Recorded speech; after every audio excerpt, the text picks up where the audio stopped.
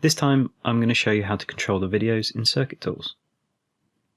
The first thing we want to do is to play the videos, and the simplest way to do that is to use the spacebar. If I press the spacebar once, the videos will play.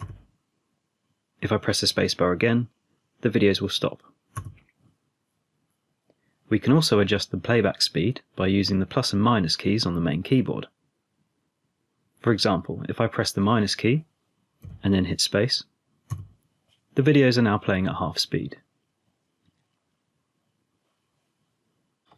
If there's a section that you'd like to review over and over, we can move the cursor to that section and hit the spacebar. To go back to the exact starting point of that section, simply hit the backspace key. And what this enables us to do is review that same section over and over again without manually handling the cursor.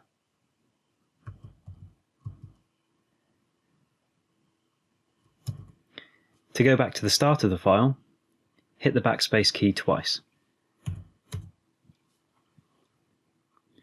It is worth noting that there are video controls on the toolbar.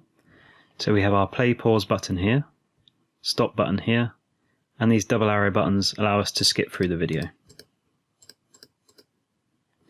Next to these controls, you can find the playback speed options.